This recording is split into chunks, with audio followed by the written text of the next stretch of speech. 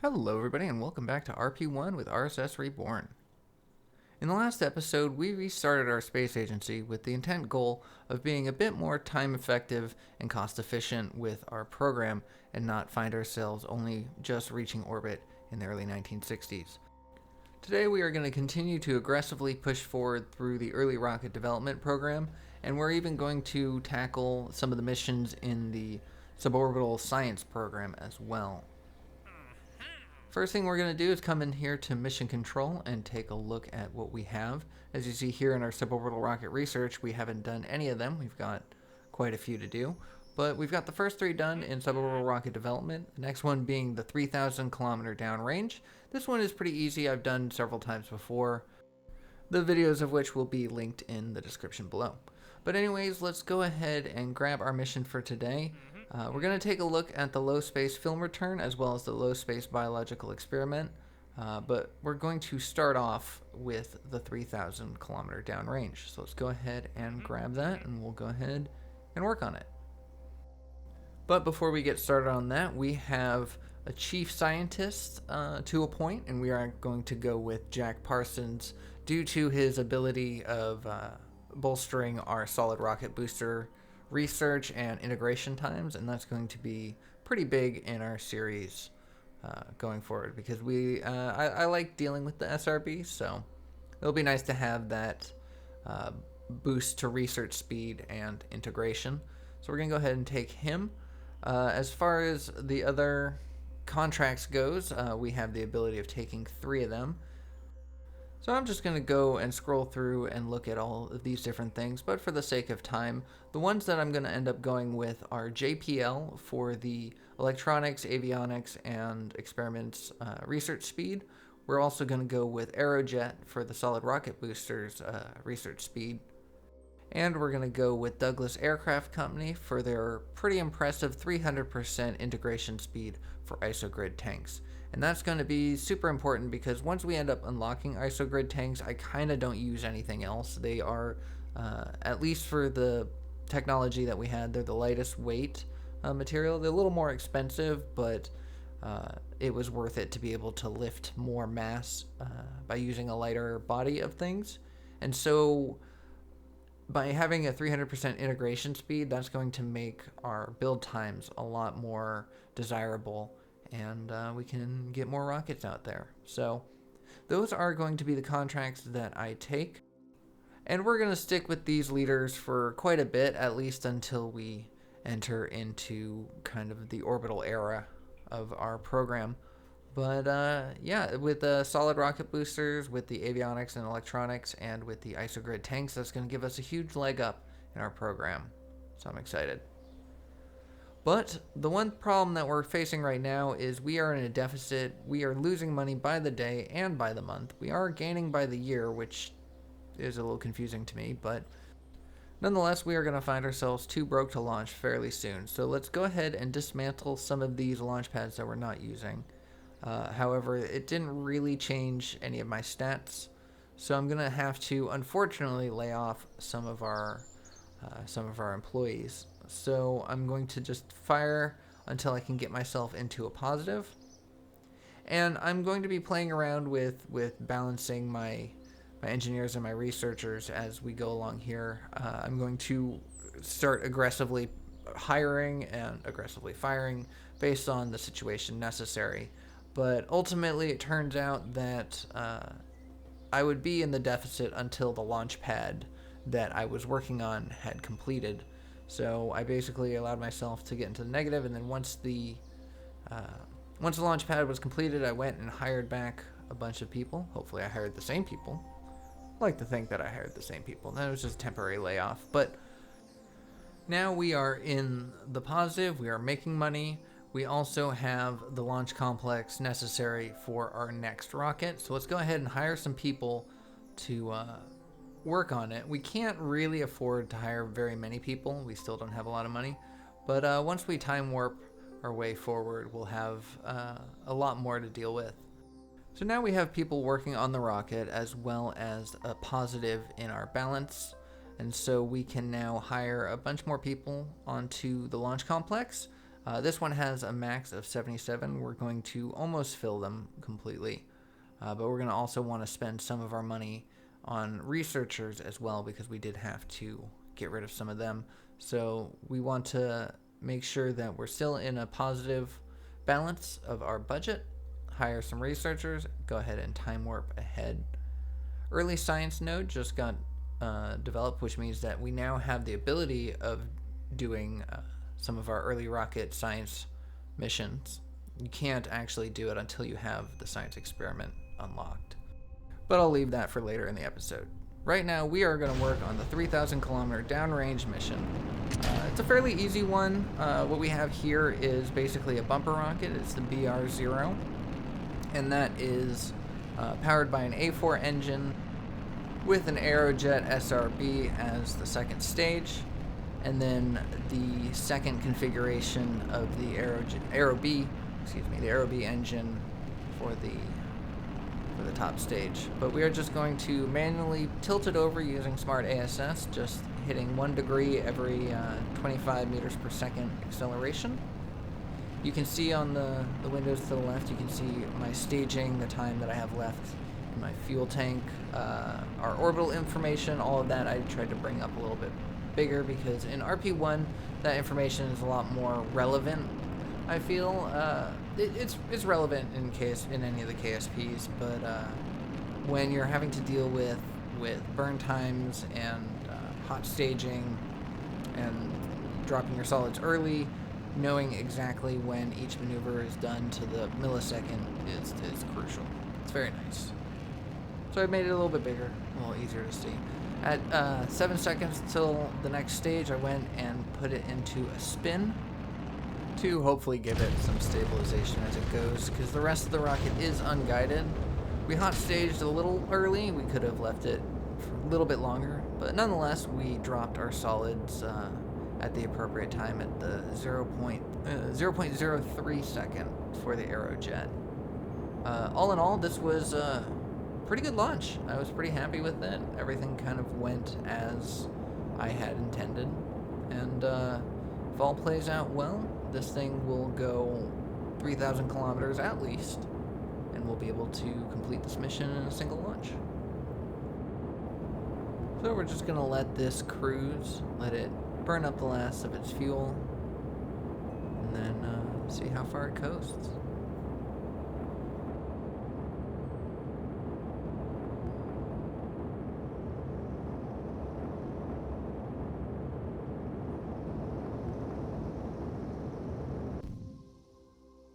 And with that, the fuel has been depleted, so there's nothing left to do except see how far it goes. I am getting a little bit of graphical glitching with the clouds on this version of the RSS Reborn.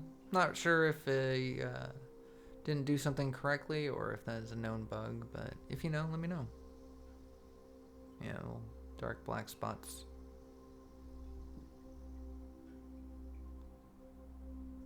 But just eyeballing how far the Earth had turned underneath me, I think it's safe to say that this rocket, I think it made it. I think it made the 3,000 kilometers downrange.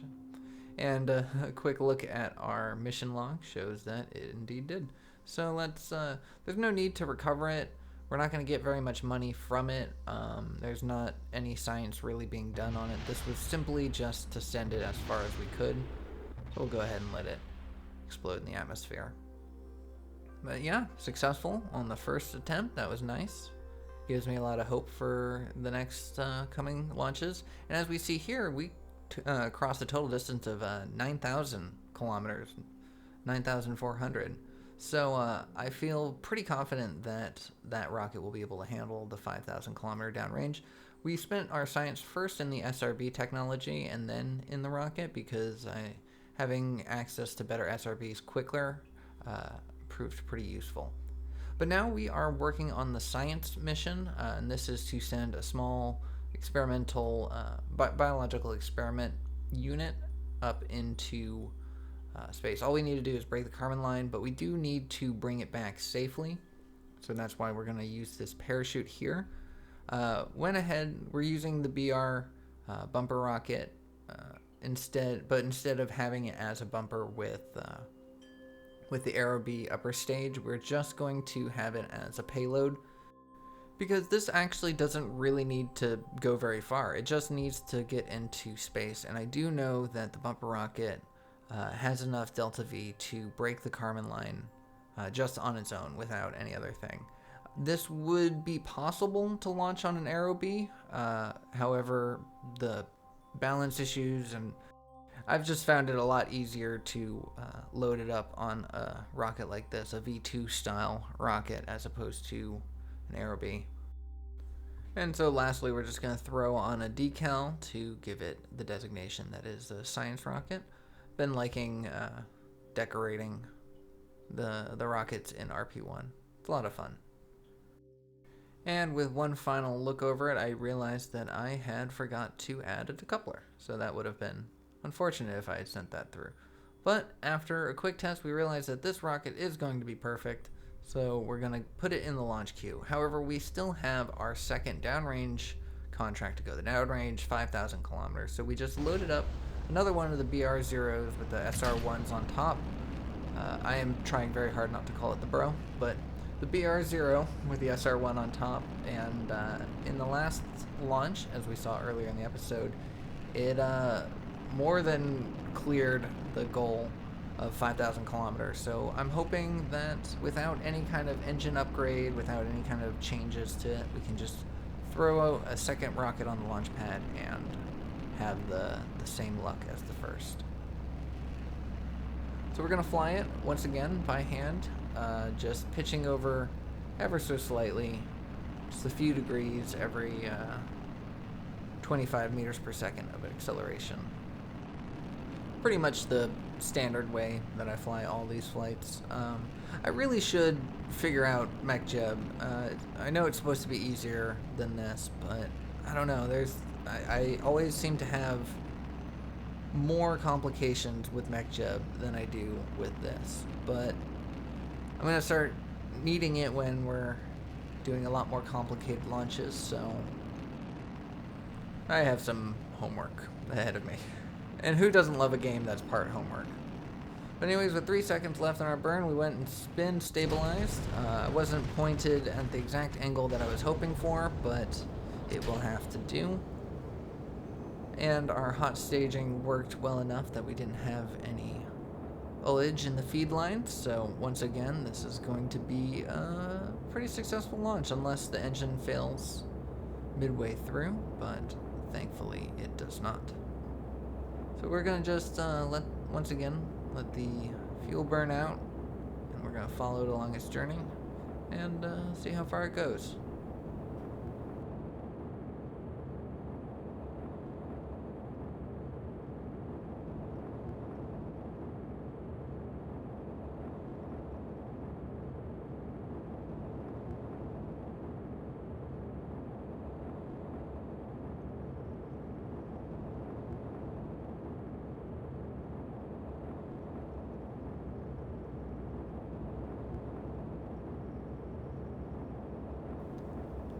I do have a skybox here. The Milky Way galaxy is supposedly installed here, but have yet to see any stars from it. Maybe I'm just too close to the atmosphere. Maybe I need to be in deep space. But nonetheless, curtain of black is a sight to see. This game really is gorgeous. With the right mods, with the right settings, absolutely stunning. Anyways, our engine has burnt out, so let's go ahead and time warp our way forward. And already I can start to see that it does not look like we went nearly as far as we did in the first launch.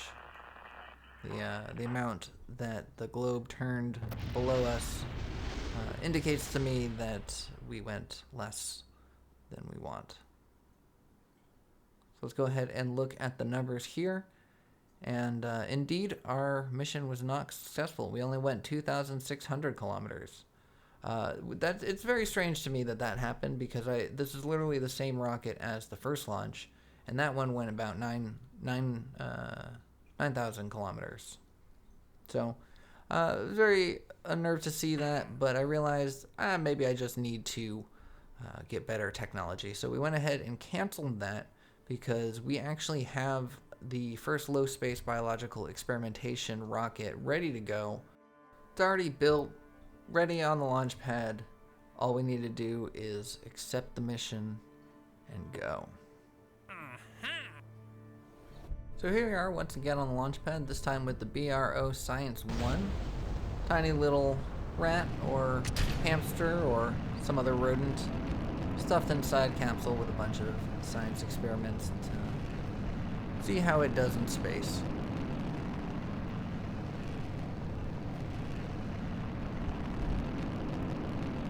Once again, this is just the A4 engine, earliest configuration.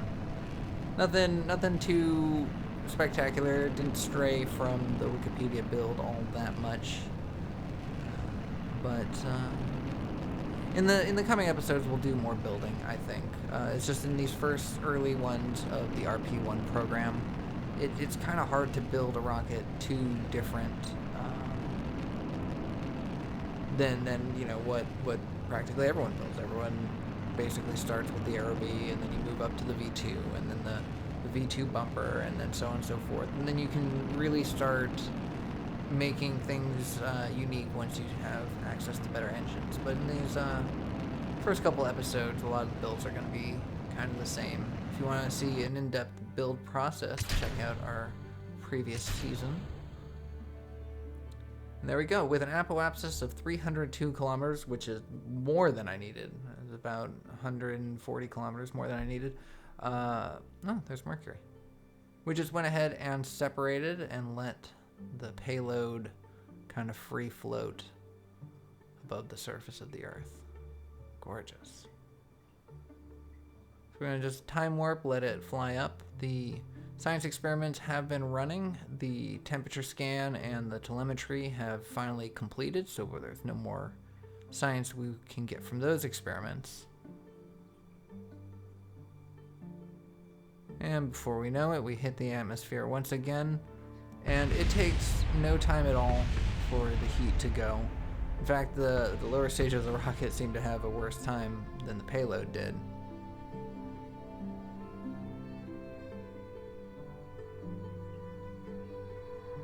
And then time warp forward, let it fall down, and then our parachute should deploy automatically because it was armed at the last stage. When it separates from the body of the rocket, it armed the parachute, and the parachute should just take over naturally.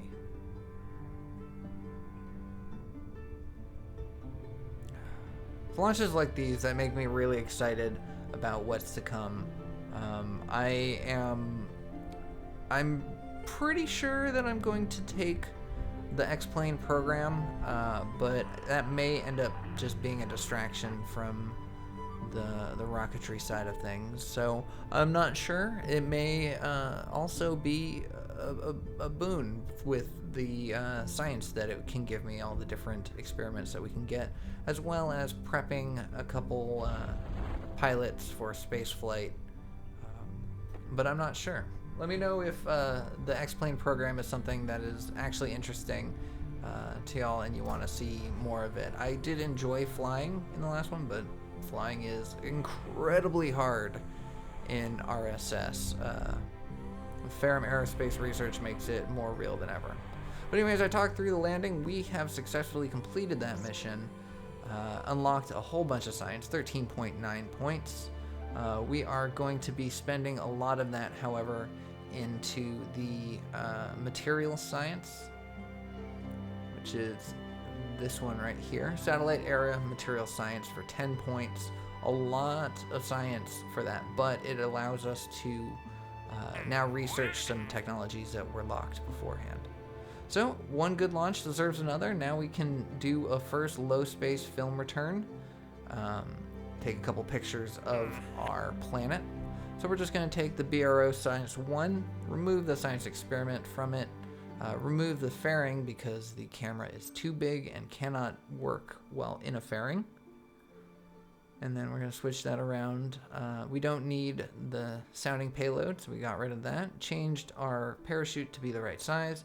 And we're just going to throw just a simple nose cone on the top of it. And that was literally all the changes we made to this rocket. Once again, it doesn't have to go very far downrange, but it does need to cross the Kármán line into space. And I think it's kind of ironic and funny that the launch dealing with the camera launched on the cloudiest morning of the entire episode. Just worked out that way.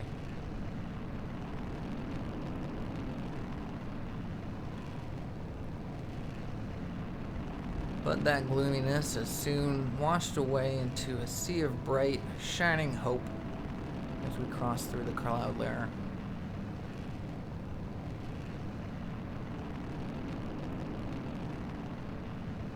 And I've barely been managing this rocket since it doesn't need to go downrange very much. I didn't have to pitch it over all that much to achieve that. So we were able to fly for most of our burn time just vertically straight up. Not the most efficient, but we're not trying to get to orbit, so it's alright.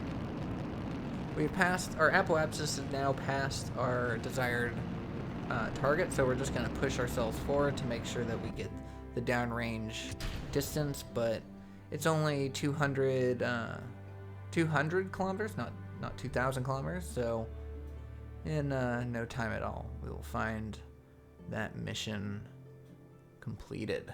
And there we go.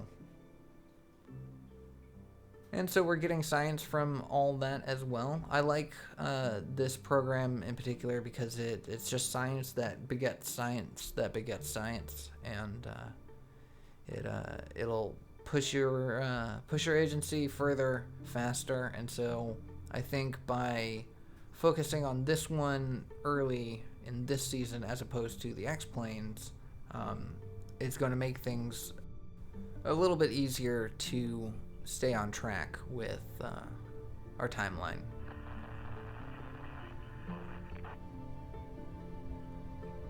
So once we have the first two programs completed, then we can look at doing X-Planes or something else. I may consider heavy satellites this time around. I've always done light satellites. I do know that I can do light satellites, so I'm a little hesitant to try something that I can't do in a series where I'm trying to do things efficiently and effectively. So we'll see. Maybe I'll play around with it on the off camera, see how difficult it really is.